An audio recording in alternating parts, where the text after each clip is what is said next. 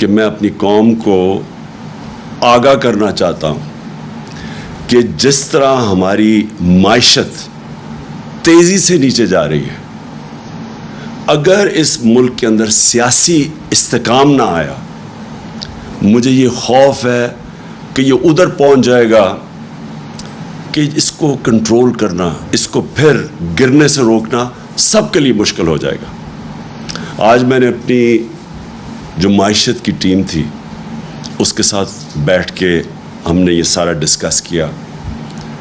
اس کے بعد ہم نے وہ بھی دیکھے جو کہ آئی ایم ایف نے رپورٹ پاکستان کی اکانومی کے اوپر دی ہوئی ہے، ورلڈ بینک وہ کیا کہتا ہے کہ پاکستان کی اکانومی کس طرف جا رہی ہے، اور پھر ہم نے اپنے ماہرین نے بیٹھ کے ڈسکس کیا۔ تو میں نے اس لیے آج فیصلہ کیا آپ سے بات کرنے کا کہ مجھے اب یہ خوف آ رہا ہے کہ یہ حکومت کے پاس اب کوئی طریقہ نہیں ہے کہ اس معیشت کو گرنے سے روکنے کا۔ اور مجھے جو دوسرا خوف آ رہا ہے کہ یہ جتنی دیر تک یہ اب اس طرح کا سیاسی استحکام نہیں آئے گا، یعنی جو پولیٹیکل سٹیبلٹی، جب تک وہ یہ نہیں آئے گی، مجھے اب یہ خوف ہے کہ یہ معیشت کسی صورت اب استحکام پہ نہیں کوئی نہیں پہنچا سکتا۔ جو اس وقت حکومت بیٹھی ہوئی ہے، اس کی کریڈیبلٹی نہ پاکستان کے اندر رہی ہے نہ باہر رہی ہے۔ ان کی خاص طور پہ جو پاکستان کی فائنینشیل مارکیٹس ہیں ان کے اندر کوئی کریڈیبلٹی نہیں رہی۔ انہوں نے جو ساری قوم کو کہا تھا کہ جیسے ہی آئی ایم ایف کا فیصلہ ہو جائے گا تو ایک دم اکانومی سٹیبلائز ہو جائے گی، روپیہ بھی گرنے سے رک جائے گا بلکہ روپیہ مضبوط ہوتا جائے گا۔ ساری قوم کے سامنے آج حالات ہیں۔ آئی ایم ایف کی ساری کنڈیشنز مانی انہوں نے، تاریخی مہنگائی ہوئی پاکستان میں، جو میں بھی آپ کے سامنے باقاعدہ بتاؤں گا کہ آج اس پاکستان کی عوام کے اوپر کیا گزر رہی ہے۔ جس طرح کی آج مہنگائی ہے، یہ پاکستان کی تاریخ میں اتنے تھوڑے وقفے میں اتنی زیادہ مہنگائی نہیں ہوئی۔ تو مہنگائی بھی کر دی آئی ایم ایف کے کہنے پہ ساری، جو میں ابھی آپ کو بتاؤں گا، بجلی کدھر گئی، پٹرول ڈیزل یہ کدھر سے کدھر گئے پچھلے 5 مہینے میں۔ آئی ایم ایف کا پروگرام بھی آ گیا، لیکن روپیہ ابھی بھی گر رہا ہے اور یہ گرتا رہے گا جب تک کہ اس ملک کے اندر پولیٹیکل سٹیبلٹی نہیں آتی۔ آج اگر الیکشنز ڈیلے کرتے جائیں، کہیں کہ جی ہم کوئی بہانہ مار دیں کہ جی یہ ہے وہ ہے سیلاب ہے الیکشن نہیں ہو سکتا، جو بھی آپ جو بہانہ ماریں، صرف اور صرف پاکستان کو نقصان ہو رہا ہے۔ اگر کوئی یہ سمجھتا ہے کہ ہمیں نقصان ہو رہا ہے، الیکشنز ابھی نہیں ہو رہے، تو میں اپنی ساری قوم کو کہنا چاہتا ہوں، یہ میں دعویٰ کرتا ہوں، 70 سال میری عمر ہونے والی ہے انشاءاللہ اگلے مہینے، میں یہ دعوے سے کہتا ہوں کہ پاکستان کی تاریخ میں کبھی کسی پولیٹیکل پارٹی کی وہ مقبولیت نہیں تھی جو آج تحریک انصاف کی ہے۔ میں یہ دعویٰ کرتا ہوں کہ سارے پاکستان کے اندر اگر ایک فیڈرل پارٹی ہے جو سارے پاکستان کو اکٹھا رکھ سکتی ہے، وہ تحریک انصاف ہے۔ پورے حربے استعمال کیے جا رہے ہیں، یہ لوگ جو اوپر بیٹھے ہوئے ہیں، یہ جو اس ملک کے بڑے بڑے مجرم اوپر بیٹھے ہوئے ہیں، 60% کیبنٹ ضمانت کے اوپر ہے، پرائم منسٹر کو سزا ہونے والی تھی یہ ایف آئی اے کیس کے اوپر۔ یہ وہ لوگ اوپر جو بیٹھے ہوئے ہیں، ان ساروں کو اب سمجھ آ گئی ہے کہ یہ جو تحریک انصاف کی مقبولیت ہے اب اس کو مقابلہ نہیں کر سکتے، لہٰذا یہ کر کیا رہے ہیں کہ بجائے ملک کا سوچنے کے، سوائے اپنے کرپشن کیسز خارج کروانے کے لیے، اور ساروں نے مل کے وہ جو 1100 ارب روپیہ انہوں نے جو امینڈمنٹ کیا نیب پہ، اس سوائے اس کی فکر کرنے کی ان کے پاس کوئی حل نہیں ہے پاکستان کی یہ معیشت کو اور ملک کو سدھارنے کا۔ میں آج آپ کے سامنے یہ جو دعویٰ کرتے ہیں کہ جی ہمیں بہت بڑا مشکل پاکستان ملا، ہمیں تو پتہ نہیں بارودی سرنگیں مل گئیں، شہباز شریف جس کو بہت شوق تھا پرائم منسٹر بننے کا، اور کئی ایسے یہاں لوگ بیٹھے ہوئے تھے، وہ سمجھتے تھے کہ آئنسٹائن کے بعد دوسرا آدمی شہباز شریف آئے گا, ایک دم سارا ملک ٹھیک کر دے گا. وہ سارا سب کو آج میں یہ کہہ رہا ہوں کہ یہ جو کہہ رہے ہیں کہ سارا کچھ ہمارے پہ ڈال رہے ہیں, میں آج آپ کو اسٹیٹکس سے بتاتا ہوں, فیکٹس اور فگرز سے, اعداد و شمار سے بتاتا ہوں کہ ہمیں کون سا پاکستان ملا تھا 2018 میں, یہ جو نون لیگ چھوڑ کے گئی تھی, اور ان کو کون سا پاکستان ملا تھا. یعنی ہم جب گئے تھے اپریل میں تو تب پاکستان کے کیا حالات تھے. یہ کہتے ہیں نا بہت برے حالات تھے. جب 2018 میں جب ہمیں پاکستان ملا تھا تو جو ہمارے ریزروز تھے, جو اصل مسئلہ بھی آپ کی قوم کو بتا دوں, مسئلہ کیا ہے؟ مسئلہ یہ ہے کہ بیرونی خسارہ ہے, جس کو کہتے ہیں کرنٹ اکاؤنٹ ڈیفیسٹ. جتنا آپ کا بیرونی خسارہ بڑھتا جاتا ہے, آپ کو اپنے ریزرو سے پیسے دینے پڑتے ہیں, ریزروز کم ہوتے جاتے ہیں, اور جیسے جیسے ریزروز کم ہوتے جاتے ہیں روپے پہ پریشر پڑ جاتا ہے, روپیہ گرنا شروع ہو جاتا ہے, ڈالر مہنگا ہونا شروع ہو جاتا ہے. جب ڈالر مہنگا ہوتا ہے تو جو بھی چیزیں آپ باہر سے خریدتے ہیں وہ سب مہنگی ہو جاتی ہیں. جس میں تیل ہے وہ آپ باہر سے خریدتے ہیں, وہ بجلی, کیونکہ بجلی کے اندر بھی جو فیولز ڈالتے ہیں, کوئلہ یا گیس باہر سے خرید کے یا پھر تیل ڈالتے ہیں, وہ ساری مہنگی ہو جاتی ہیں. تو سب کچھ مہنگا ہو جاتا ہے جیسے جیسے آپ کا روپیہ گرنا شروع ہوتا ہے. تو لہٰذا سب سے امپورٹنٹ چیز ہوتی ہے کہ آپ کا جو بیرون ملک خسارہ, کرنٹ اکاؤنٹ ڈیفیسٹ, وہ کنٹرول میں ہو. اب یہ جب ہمیں ملا تھا پاکستان کی تاریخ کا سب سے بڑا بیرونی خسارہ تھا, 20 ارب ڈالر کا خسارہ تھا. ان کو یہ کہتے ہیں نا بڑا مشکل وقت ملا تھا. ان کو جب اپریل میں جو انہوں نے سازش کر کے ہماری گورنمنٹ گرائی, تو ان کو جو کرنٹ اکاؤنٹ ڈیفیسٹ ملا تھا, بیرونی خسارہ, وہ تھا 16 ارب ڈالر. اب یہ سمجھنا ہے, ہمیں 20 ارب ڈالر ملا, ان کو 16 ارب ڈالر ملا. ہمیں جو ہم ان کی ووٹ آف نو کانفیڈنس سے پہلے ہم نے کتنا ادھر سے, جدھر ہمارے ریزروز یہ جو چھوڑ کے گئے تھے 9.8 پہ, جب ووٹ آف نو کانفیڈنس انہوں نے درج کروایا, جس کی اس کے بعد سیاسی ہماری انسٹیبلٹی ہونی شروع ہو گئی, تو 16.2 ارب ڈالر کے ہمارے ریزروز تھے. پھر سے یہ جب چھوڑ کے گئے تھے پاکستان 9.8 تھا. جو ہم چھوڑ کے گئے تھے, انہوں نے کہا نا بڑا مشکل پاکستان چھوڑ کے گئے. ہمارا ووٹ آف نو کانفیڈنس سے پہلے 16.2 ارب ڈالر کے ریزروز تھے. آج یہ IMF کا ڈیل بھی سائن کر بیٹھے ہیں, اور آج ریزروز ہیں 8.8 پہ. اس کے بعد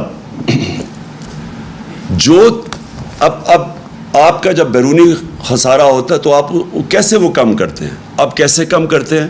دو ہماری بڑی چیزیں, ایک ہم ایکسپورٹ کرتے ہیں تو وہ ڈالرز آتے ہیں, اور دوسرا بیرون ملک پاکستانی ہمیں ریمیٹنسز بھیجتے ہیں, وہ جو پیسہ بھیجتے ہیں. یہ جب چھوڑ کے گئے تھے تو یہ یاد رکھیں 20 ارب ڈالر کا خسارہ, لیکن ریمیٹنسز کتنی تھی اوورسیز؟ 19 ارب ڈالر کی, اور ان کی ایکسپورٹس کتنی تھی؟ 24 ارب ڈالر کی. ہم جب چھوڑ کے گئے 20 سے کم خسارہ کیا, 4 ارب ڈالر کم کیا 16 پہ, لیکن ہماری آمدنی کدھر پہنچ گئی؟ 19 ارب ڈالر سے ہماری ریمیٹنسز گئی 31 ارب ڈالر پہ. 12 ارب ڈالر کی ہم نے مزید اور آمدنی کی, یعنی ہمارے پاس زیادہ پیسے کیے اپنے یہ قرضے واپس کرنے کے لیے. اور دوسرا ہماری ایکسپورٹس یہ 24 ارب پہ چھوڑ کے گئے تھے, 32 ارب ڈالر پہ ہم ایکسپورٹس لے کے گئے. تو ہم نے ملک میں زیادہ ڈالرز بھی لے کے آئے اور ہمارا خسارہ بھی کم تھا. میں یہ اس لیے کہہ رہا ہوں کہ بار بار پروپیگنڈا کیا جاتا ہے جی بڑا مشکل ہمیں ملک چھوڑ کے گئے. یہ وہ ملک چھوڑ کے گئے تھے, ہمارے لیے ان سے زیادہ مشکلات تھی.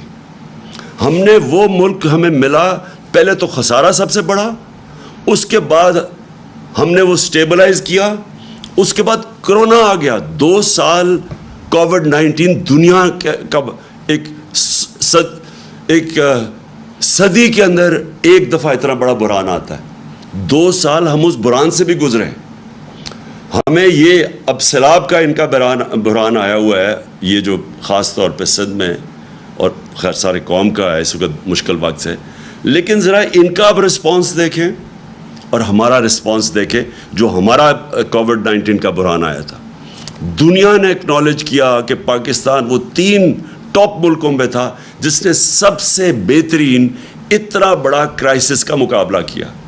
ہم نے کیا کیا انسینٹیوز دی, ہم نے کیسے اپنے لوگوں کو ان کا روزگار بچایا, ہم نے کیسے کنسٹرکشن انڈسٹری کو انسینٹیوائز کیا, ہم نے کیسے بڑی کمپنیز کو قرضے دیے تاکہ وہ لوگوں کو بے روزگار نہ کرے. سارے برِ صغیر میں جس ملک میں نے سب سے زیادہ روزگار دیا کووڈ-19 کے بعد وہ پاکستان تھا, اور یہ ورلڈ بینک کی رپورٹ ہے. تو پہلے میں صرف یہ آپ کو بتانا چاہتا تھا کہ یہ جو کہتے ہیں نا کہ بڑا مشکل وقت تھا, اگر یہ ہوتے جس طرح کا کرونا کا جو اتنا بڑا بحران آیا تھا, اگر یہ ہوتے, یہ تو سارے کہہ رہے تھے ملک کو لاک ڈاؤن کر دو, اور انہوں نے ابھی تک جو ان کا رسپانس آیا ہے اس کے اوپر, سیلاب کے اوپر, ان کے پاس تو کوئی پلان ہی نہیں ہے ابھی تک. کسی کو کوئی روڈ میپ ہی نہیں نظر آ رہا. صرف ایک ہی روڈ میپ نظر آ رہا ہے کہ پیسے مانگ رہے ہیں دنیا سے کہ جی ہمیں کسی طرح پیسے دے دو. وہ جو سیکرٹری جنرل یونائٹڈ نیشنز کا آیا تھا اس کا وہ کپڑا ہی, وہ بازو نہیں چھوڑ رہا تھا شہباز شریف کو کہ پیسے مل جائے. ان کے پاس تو اور کوئی پلان ہی نہیں نظر آ رہا. کیا یہ ملک کو آرگنائز کر رہے ہیں, کیسے ڈیل کر رہے ہیں؟ دوسری چیز, جب ہم چھوڑ کے گئے تھے, بلکہ جب ووٹ آف نو کانفیڈنس آیا تھا, تو ایکسچینج ریٹ پاکستان کا جو روپیہ تھا 178 روپے کا ڈالر تھا جب ووٹ آف نو کانفیڈنس انہوں نے کیا. آج ہے 236 روپے کا.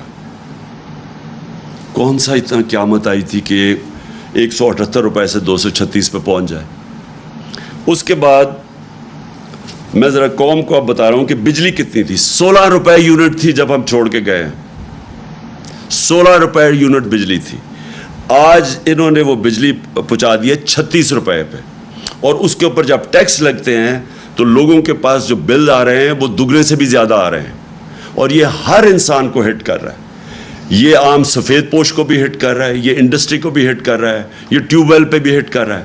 یہ ہر جگہ اس وقت یہ جو بجلی کے انہوں نے بڑھائے ہیں دگنی سے بھی زیادہ کر دی. اس کے علاوہ لوڈ شیڈنگ ہے, یعنی ایک تو بجلی مہنگی ہو گئی, اس کے علاوہ لوڈ شیڈنگ. کدھر گئی بجلی؟ یعنی بجلی غائب تو نہیں ہوگی. مقابلہ کا موازنہ کر لیں ہمارے میں اور ان کے دور میں کہ بجلی کتنی تھی. اب پیٹرول, میں بڑی بڑی چیزوں کی بات کر رہا ہوں جو کہ عام آدمی کو ہٹ کرتی ہے. جب ہماری حکومت تھی, عالمی منڈی میں تیل کتنے کا بک رہا تھا؟ $103 کا. عالمی منڈی میں $103 کا تیل مل رہا تھا, اور ہم کس قیمت پہ پٹرول دے رہے تھے؟ 150 روپے لیٹر. ہم کس قیمت پہ دے رہے تھے ڈیزل؟ 146 روپے لیٹر. آج کتنا ہے؟ آج عالمی منڈی کے اندر تیل $103 سے آ گیا $93 پہ. $10 کم ہو گیا. اور یہ کتنے پہ دے رہے ہیں آپ آج ڈیزل اور پٹرول؟ ڈیزل دے رہے ہیں 146 روپے. 100 روپیہ مہنگا ہو گیا ہے 146 روپے لیٹر پہ. اور پٹرول دے رہے ہیں 236 روپے لیٹر.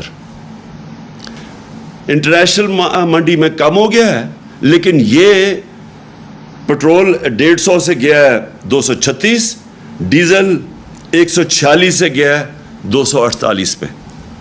اور گیس کی قیمتیں ابھی بڑھ رہی ہیں, اور IMF کہہ رہا ہے کہ یہ 250% بڑھیں گی سردیوں تک.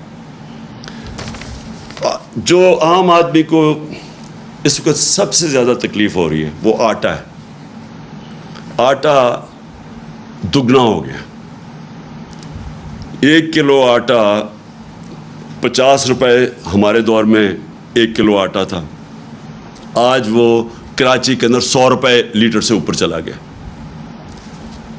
5 مہینے کے اندر یہ سب کچھ ہوا ہے. میں سوال یہ پوچھتا ہوں کہ کیا ہوا 5 مہینے میں کہ وہ کدھر سے کدھر قیمتیں چلی گئی ہیں. میں آپ کے سامنے بتا رہا ہوں، اور یہ صرف ساری چیز اور قیمتی لے لیں. چاول گئے ہیں 100 روپے سے 225 روپے پہ. دالیں گئی ہیں جو عام آدمی، میں صرف وہ باتیں کر رہا ہوں جو عام آدمی جس کے اوپر رہتا ہے، 225 روپے سے 360 روپے پہ گئی ہیں دالیں. جو گھی ہے، پام آئل جو ہمارے زمانے میں امپورٹ کرتے تھے وہ $1700 تھا، آج وہ نیچے آ کے $1000 پہ آ گیا ہے. کم ہو گئی عالمی منڈی میں جو ہم امپورٹ کرتے ہیں پام آئل. ہمارے دور میں 450 روپے تھا، آج ہے 560 روپے. میں پھر سے وہ کہہ رہا ہوں، وہ جو چیزیں عام آدمی استعمال کرتا ہے. انفلیشن، یہ جو سب سے اس کی جو فگر ہے جس کو کہتے ہیں سینسٹیو پرائس انڈیکس، اپریل کے اندر 18% تھی جب ہم چھوڑ کے گئے ہیں، آج ہے 45%. سارا انہوں نے ہمارے اوپر کیمپین چلائی کہ بہت مہنگا ہو گیا پاکستان، مہنگائی ہو گئی، لوگوں کا گزارا مشکل ہے. ساتھ مجھے افسوس سے کہنا پڑتا ہے کہ ان کا پیڈ میڈیا، لفافے، میڈیا ہاؤسز جو اس کیمپین اور پروپیگنڈا میں شامل تھے، انہوں نے ہر روز، آپ اٹھا کے دیکھیں اخبار، ہر روز اخبار میں پڑھو کہ جی یہ مہنگائی ہو گئی. ہم کہتے گئے کہ عالمی مہنگائی ہے. میں کہتا گیا کہ دنیا کے اندر ایک کووڈ-19 کے بعد ایک کموڈٹی سپر سائیکل آیا، دنیا میں مہنگائی ہوگی. میں ہر جگہ بتاتا گیا. انہوں نے مسلسل مہنگائی مارچ، دھرنے دو، گورنمنٹ گراؤ، یہ لوگوں کا معاشی قتل کر دیا. آج یہ سوچ لیں کہ یہ جو سینسٹیو پرائس انڈیکس ہے، یہ سب سے زیادہ وہ اللہ نے ان کو ایکسپوز کیا ہے، کیونکہ ان کا مقصد تو تھا ہی نہیں، مہنگائی دور کرنا تو ان کا مقصد تھا ہی نہیں، وہ تو ایک بہانہ تھا. انہوں نے اپنے کرپشن کے کیسز بچانے تھے، جو 1100 ارب روپے کے ان کے اوپر کرپشن کے کیسز تھے، جو 60% کیبنٹ ضمانت پہ ہے. ان کی جناب 18% سے سینسٹیو پرائس انڈیکس گئی ہے 45% پہ. یہ پاکستان کی تاریخ کی سب سے زیادہ مہنگائی ہے. کون سا قیامت آئی تھی؟ میں نے آپ کو بتا دیا ہمیں کیا ملا تھا اور ان کو کیا ملا ہے. یہ کیسے جسٹیفائی کرتے ہیں؟ پھر آگے چلے جائیں.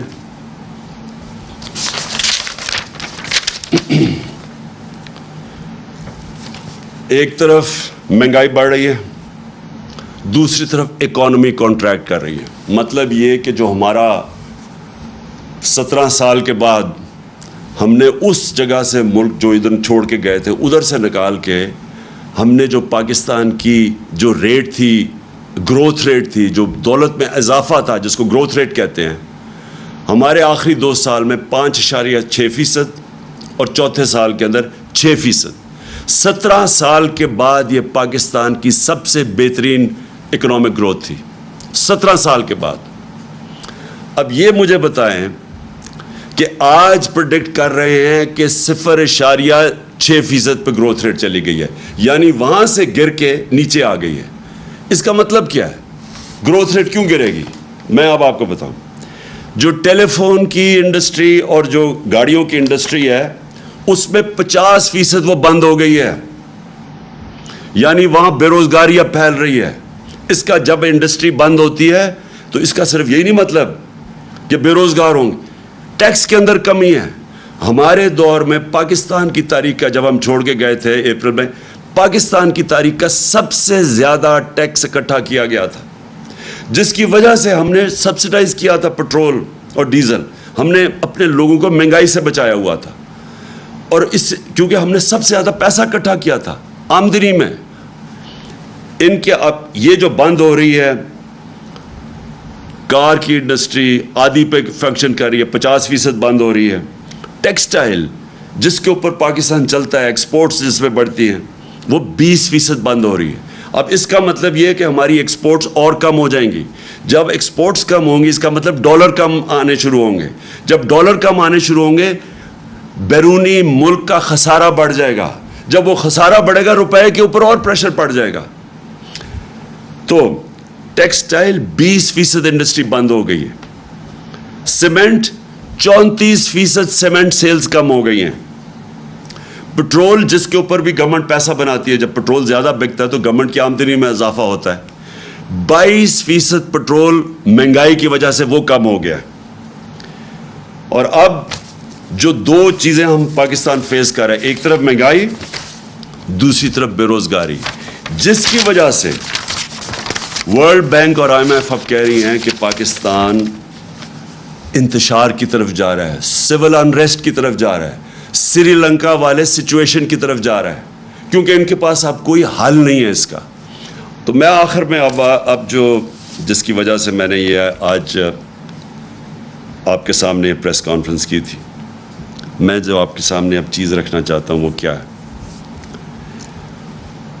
ایک میں آپ کو فگر دیتا ہوں. ایک ہوتی ہے انٹرنیشنلی ایک ملک کی رسک ہوتی ہے, یعنی اگر ہم اس ملک کو قرضہ دیں تو وہ کیا چانس ہے وہ قرضہ واپس کرنے کی, اس ملک کو وہ کیا اس کے پاس اتنی سکت ہے کہ وہ قرضہ واپس کر سکتی ہے. پاکستان کی جو فائنینسنگ ہے, یعنی ہمیں ہر سال, اس سال ہمیں $30 ارب ہمیں فائنینس کرنا ہے.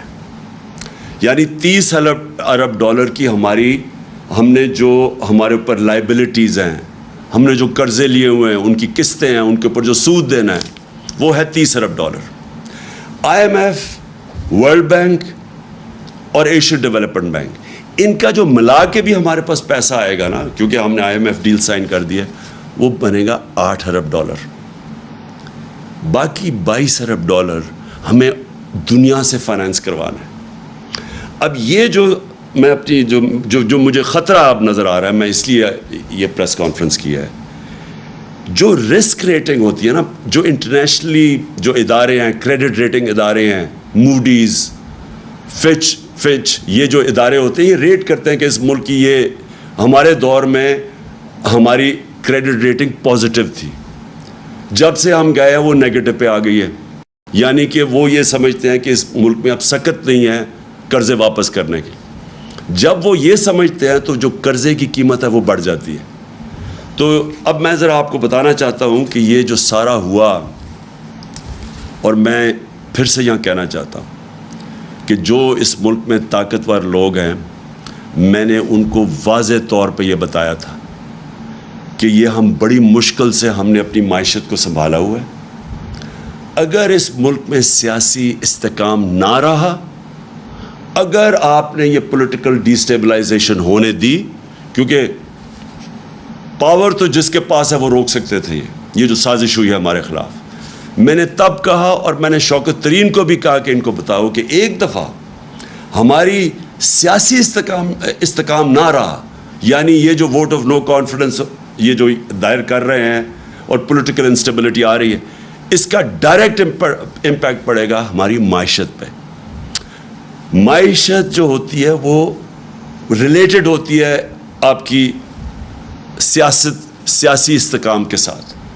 جیسے ہی آپ کا سیاسی استحکام بکھرتا ہے, معیشت بھی بکھرتی ہے, لوگوں کا کانفیڈنس چلا جاتا ہے. تو میں یہ ذرا آپ کو فگر دیتا ہوں کہ ہماری رسک ریٹنگ 4 مارچ کو 5% تھی, یا صرف 5% لوگ سمجھتے تھے کہ ہم اپنے قرضے یعنی واپس نہیں کر سکیں گے, یعنی رسک ہے پاکستان, صرف 5%. جیسے ہی انہوں نے vote of no confidence table کی اسمبلی میں, 4 دنوں کے اندر وہ وہاں سے گئی 5% سے دگنی ہو کے 9% پہ چلی گئی. صرف کیونکہ جیسے ہی ان کو لگا کہ اب پولیٹیکلی اسٹیبل نہیں ہوگا ملک, پولیٹیکل انسٹیبلٹی ہوگی, دگنی ہوگی رسک ریٹنگ. اور آج کیا ہے, آج پاکستان کی جو رسک ریٹنگ ہے 22.7 ہے. 22.7 کا مطلب یہ ہے کہ ہمارے لیے باہر سے یہ جو ہمارا $30 ارب کی فائنینسنگ کروانی ہے, اس کو فائنینس کرانا مشکل ہو جائے گا.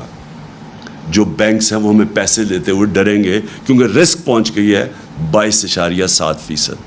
میری جو یہ صرف میڈیا ٹاک اس لیے ہے، میں پھر سے یہ کہتا ہوں کہ اگر جلدی سے جلدی صاف اور شفاف الیکشن کرواؤ، مجھے اس کا کوئی اتنا زیادہ فائدہ نہیں ہے پرسنلی اس وقت، کیونکہ ہمارا تو اللہ کا کرم ہے کہ جیسے جیسے یہ ملک اس طرف لے کے جا رہا ہے، مہنگائی بڑھ رہی ہے، ان کی شکلیں دیکھ رہے ہیں، اپنے کرپشن کیسز بچا رہے ہیں، ملک سنبھالا نہیں جا رہا، ہمارا تو گراف اوپر جا رہا ہے لیکن ملک نیچے جا رہا ہے۔